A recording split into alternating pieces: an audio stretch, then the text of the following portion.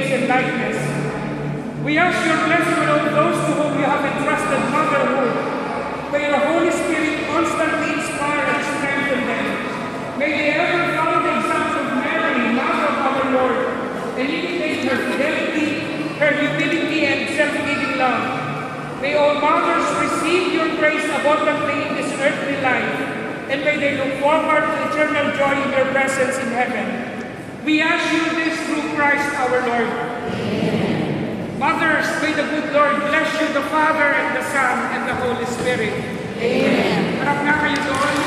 Bless our Lord.